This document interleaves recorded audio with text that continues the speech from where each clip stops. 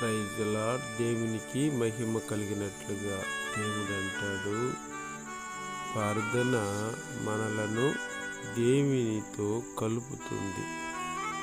ఎంత మంచి మాట! ఆశీర్వదించి దీవించి బలపరిచిన మన దేవుడు మనతో ఎల్లప్పుడూ ఉండాలని ఆశ. అందుకంటాడు మరొక మాట కీర్తనలు 23:25లో,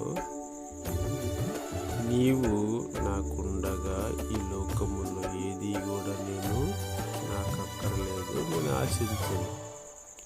ఎందుకంటే నీవు ఉంటే చాలయ్యా, నీ ప్రేమ ఉంటే చాలు, నీ జాలి ఉంటే చాలు, నీ కరుణ ఉంటే చాలు, నీ ఆత్మీయత నాకు ఎప్పుడు ఎల్లప్పుడూ ఉంటే చాలు.